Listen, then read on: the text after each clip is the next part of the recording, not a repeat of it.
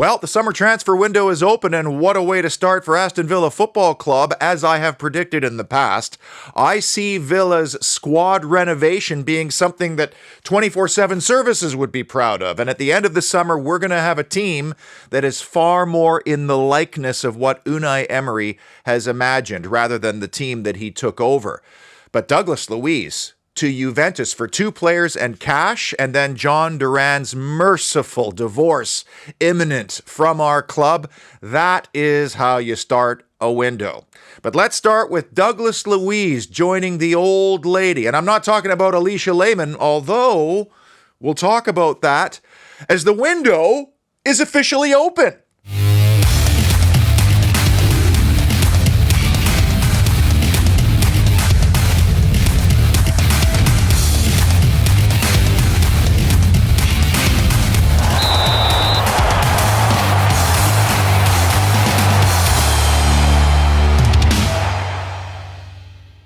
Before we get into the transfers, I'd like to once again restate my love and admiration for our owner, Nassif Sawiris, for not just speaking out publicly and eloquently against the profit and sustainability rules, but actually threatening to sue the Premier League for being anti-competitive. These rules have been designed to insulate the teams that have traditionally brought the most eyeballs to the Premier League, and of course then that affects the gravy train that is the Premier League's television revenue, particularly from the international carriers. That's why a team like Manchester United, which has been strategically awful for the last several years, is actually rewarded by these anti-competitive rules.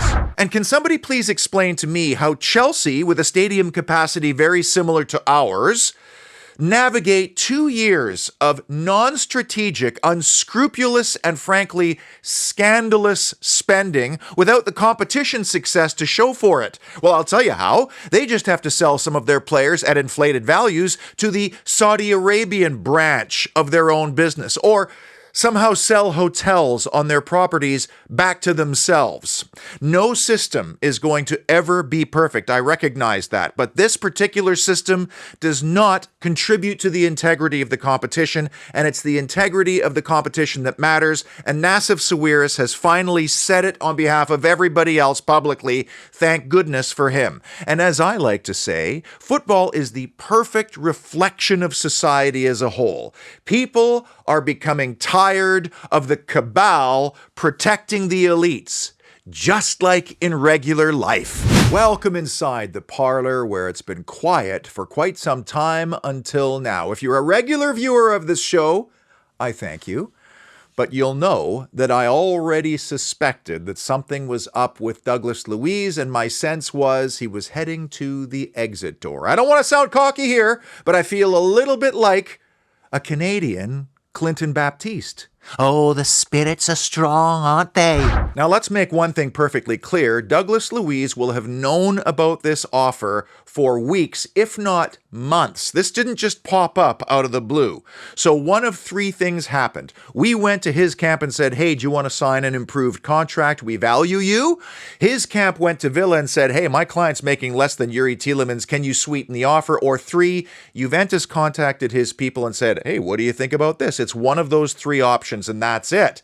But this exchange between Unai Emery and Douglas Luiz in the Olympiacos home leg for me was very telling. It was a clue, as was his noticeable dip in form from around March on. And isn't it interesting that when I interviewed Brian Little recently, he said when his players knew that they were moving on in and around the January window, they lost 5%. Not their fault, just human nature. So my big question is, are we going to go into the market and try to replace and even upgrade Douglas Luiz this summer? Or are we going to somehow just promote from within? Youri Tielemans moving up into that position, for example. Now, here's a little interesting sidebar theory that I conjured up, because you know that Turin, home of Juventus, is literally a hop, skip, and a jump away from Switzerland, where Juventus has a lot of support. And that's also the home country of Douglas Luiz's girlfriend, Alicia Lehmann. So I would not be in the least bit surprised if Lehmann follows Luiz to Juventus for a couple of reasons. One, to be closer to her family, but Juventus takes its women's football program very seriously, so they could not only beef up the profile in Italy, but also in Switzerland because of her profile and all those millions of social media followers. But not to mention, those clubs and ours too are incentivized for investing in women's football to the point where you can actually write down some of that spending against the men's team's losses. Douglas Luiz has been fantastic for us over his 5 years. He's grown into an exceptional footballer. Some say he was a $100 million footballer. I don't agree. He needs to be a regular Brazilian starter for that to be the case. And you know what? Him being a regular Brazilian starter is not the greatest for us because of the travel and the amount of games that's involved with playing for La Seleção. But when you package Luiz with the two players together, roughly $60 million, that immediately solves the profit and sustainability issues we have for fiscal year ending June 30th. And if we sell Duran as well, well, then we're completely out of the woods. And all we can do at this stage now is wish him the very best of luck, health, happiness, that his career continues to flourish, because we probably have a sell-on fee on the back end of his contract. And of course, we wish all of those things unless we meet Juve in the Champions League. Interestingly, though, Manchester City still had a 20% sell-on clause for Luiz. That 20% is applied to the difference between what we paid for Luiz, about $15 million, and then that total value of the Luiz package of around 60. Correct me if I'm wrong, leave it in the comments. So what Manchester City should be getting is 20% of that difference, about $45 million, plus any bonuses or add-ons he had. Now, outside of the money, which obviously now immediately fulfills the PSR problems, we can now finally look at the players who are joining Aston Villa, including Weston McKennie. And what I find truly fascinating about this player is that we have been linked to this player for multiple seasons, windows, and even through multiple regimes. I mean, Johan Lange and his analytics staff arrived on Weston McKennie, and we'd heard those links continuously, as did Monchi's different analytics and scouting networks, presuming, of course, that Unai Emery had instructed the director of football operations to seek this specific laser-focused profile of a player. What we are getting here is a very strong physical player who probably leans more towards the deeper Kamara-like role rather than the Luiz box-to-box type role. And so to compare the two of them is really not fair, although I do love how our footballing department now really prioritizes very specific criteria for what they're bringing in. If we were, however, to compare Luiz and Kamara side by side using some very basic midfield-like statistical analysis, well, you've got Weston McKennie definitely more in line with ball retention and defensive actions, but actually his key passes and ability to drive the ball is actually, statistically anyway, better than Luiz, with one major caveat, and that's the difference in physical demands and style of the two different leagues, which is key here. And so if you look at this, Weston McKennie is actually more built physically to play in the Premier League, whereas Douglas Luiz looks like he is set up to flourish in a less physical Serie A.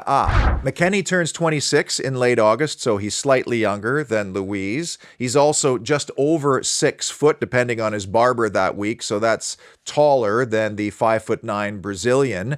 But it's his beefy stature, that low center of gravity, that wide frame of his that kind of sets him apart a little bit from Luiz, who is more of an elegant and crafty footballer. And McKennie's also more of a setup man than Luiz, with 10 assists in all competitions for Juve, including the Champions League, so he has that experience underneath him. Whereas Luiz is the box-to-box guy who occasionally shows up late and scores goals for us. So that's where we have to stop making comparisons directly between these two, because that would be like comparing mangoes with kumquats. And I love saying the word kumquats, by the way. And these two met one-on-one in the USA's 1-1 draw with Brazil on Wednesday. McKennie went 90 minutes. Luiz came on at the start of the second half. Now, because I'm consumed by football documentaries, I did watch the entire Juventus All or Nothing series, which came out a couple of years ago, around the time when Weston McKennie arrived at the club. And the first thing that impressed me about the guy was just how confident he was. You know, keeping in mind, it's difficult for any North American to adapt in any European environment, but he knew zero Italian, and yet the impression he gave us was a guy who was extremely confident and who was expecting to start in that team and who expected to succeed as well. And I know those documentaries, they don't give you the full picture, but they do supply some clues. And the other thing that I noticed was that he was very well liked by his teammates and respected, partially because he was a septic, Cockney slang for American, which made him a little bit different.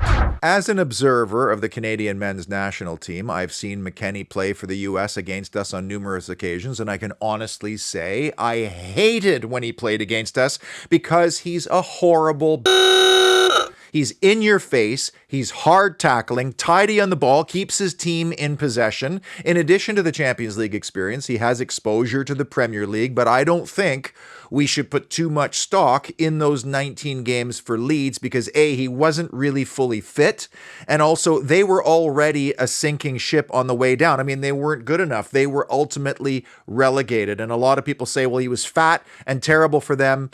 I'm sorry, I'm going to give that one a pass.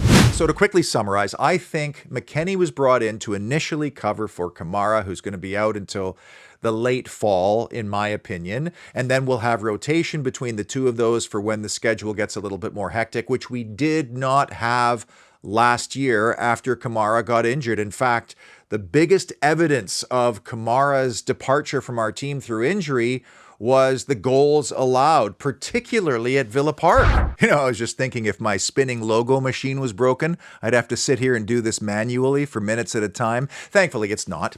Meet Tyrone Butler, a viewer of this program for which I'm so grateful. Well, Tyrone had 24/7 services over recently for a very simple paint project. Here's the before.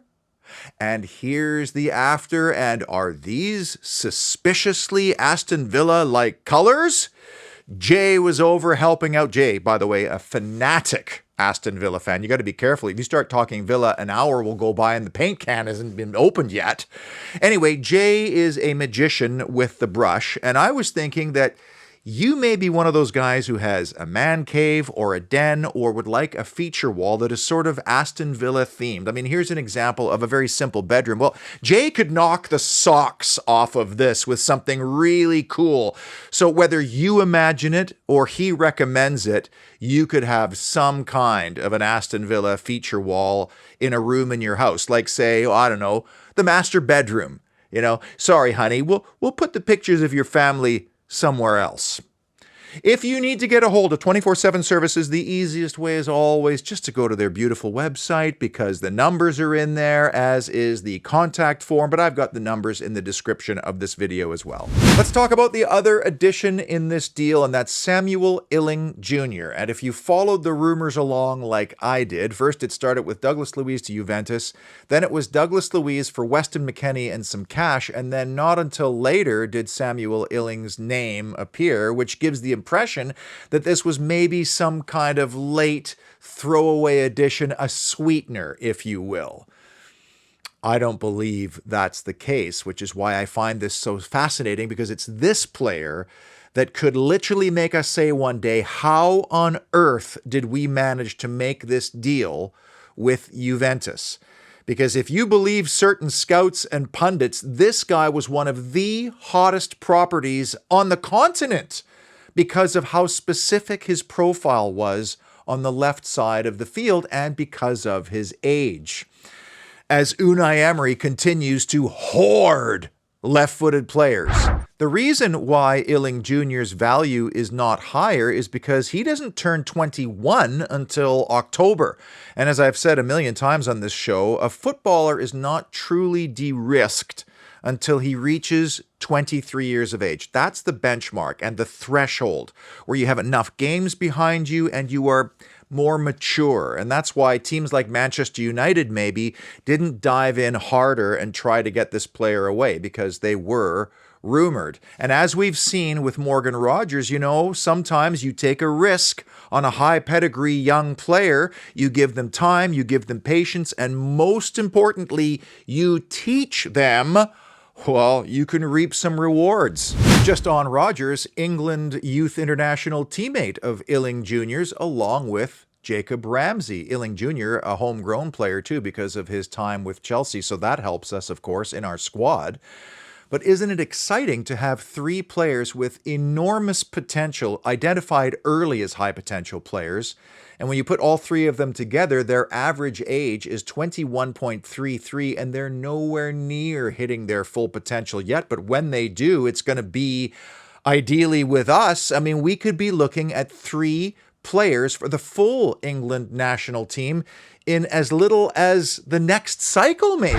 What we have in Iling Jr. is your classic out-and-out left winger. Similar in some respects to Jacob Ramsey, but from what I'm hearing, with a higher ceiling than Jacob Ramsey. A touchline hugger, a guy who loves to dribble and take on fullbacks, especially tired ones, late in games. Bring it on, because I think our fan base over the years loves that kind of player. Maybe more Tony Morley than, say, how Morgan Rogers or Emi Buendia might have played on that side of the field in a 4-4-2 or a 4-2-3-1 under Unai Emery. So you've got a guy who loves to dribble, play high, drive the ball to the byline, and then play accurate crosses or cutbacks into the box. Just what we need. Sort of like Jeremy Doku, maybe. And he can also play as a left wing back. Monchi once explained how the recruitment process works with his boss, Unai Emery, who has very specific ideas about what he wants in certain areas of the field. And in this case, the statistical profile would have looked something like, I need a left-sided, left-footed player who can play multiple positions. Ideally, he is physical, lightning quick, is good statistically at successful take-ons, successful dribbles, penetrating runs into the box, and accurate crossing. And if he can outperform his XG in terms of goals, i.e. scoring from not just right in front of the goal, well, that's a bonus.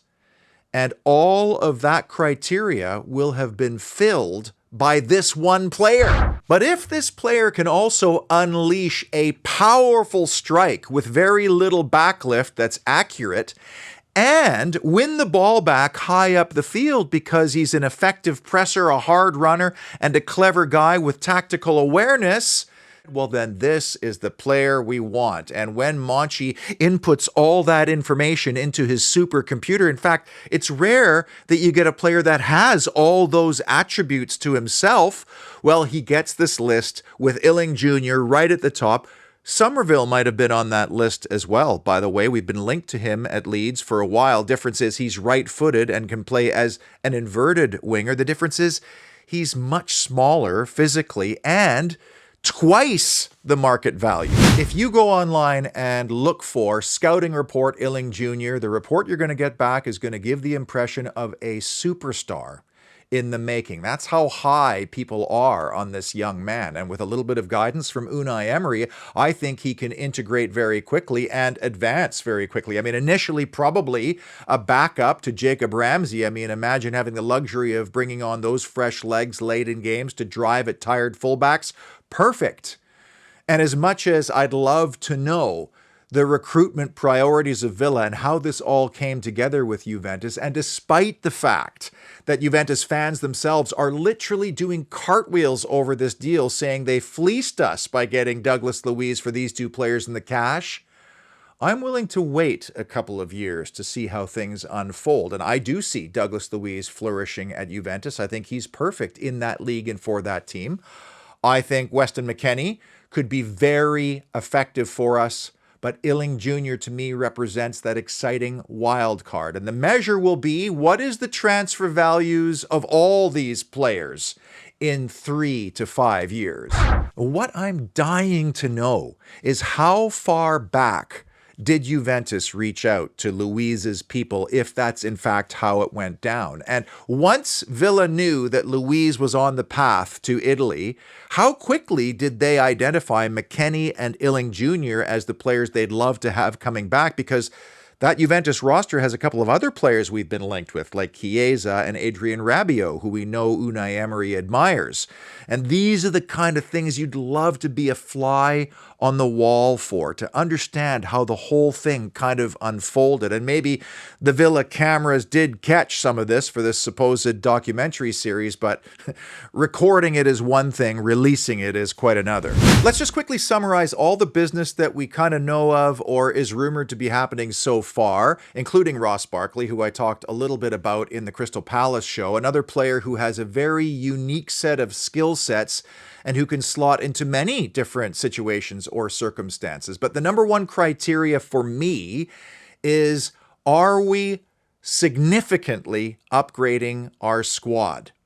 And if we're talking about Ross Barkley, we are comparing him to Leander Dendoncker and Tim Iroegbunam, neither of whom I think will be coming back. And if we're comparing Barkley against those two, that is a significant upgrade. And you know what? Even at 30 years of age and coming off an absolutely excellent season on a poor team, there is no reason to suspect that Barkley couldn't actually challenge John McGinn and Youri Tielemans at some points this season. I don't necessarily think that Weston McKennie is an upgrade on anyone in our squad. I think he is insurance and the stopgap for Boubacar Kamara until he's ready, probably not till early November. But then, those two become rotational competition, which is a great situation for us for Champions League and Cup games.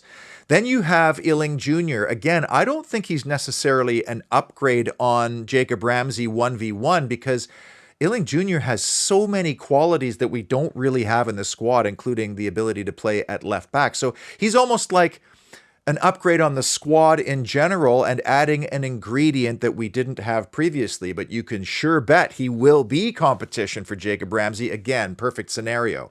And as I asked earlier, are we going to replace or even try to upgrade Douglas Luiz? Because Youri Tielemans is available and was very good in Luiz's absence. And I don't know if you heard Ollie Watkins on the High Performance podcast, but he said, when Unai Emery came in, he said, "You're my striker. You're going to score 15 goals," which he ended up doing. "And I'm not going to bring in another striker." In fact, he sold Danny Ings. Well, guess what that did to Ollie Watkins' confidence? Is Unai Emery going to have that same discussion possibly with Youri Tielemans? You're my guy. And I think Tielemans is the kind of player that needs to be the guy.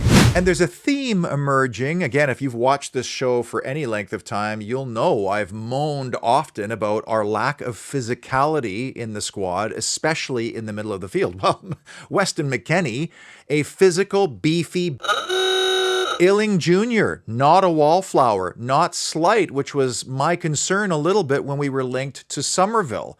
And then if you add Morgan Rogers, who was our last signing before these, well, you start to get an impression. Ross Barkley, Weston McKennie, Morgan Rogers, Iling Jr., and you could say, well, Dendoncker and Iroegbunam are big guys and they're leaving it, but those guys were not playing. They were not capable of playing the football we needed them to play. And so if we are beefing up the squad and becoming more battle-hardened and physical, inject it into my veins. And while I'm on a Canadian Clinton Baptiste roll, John Duran is on his way out the door. Divorce is imminent. I told you this was going to happen, and we've heard too much negative noise around this player for too long.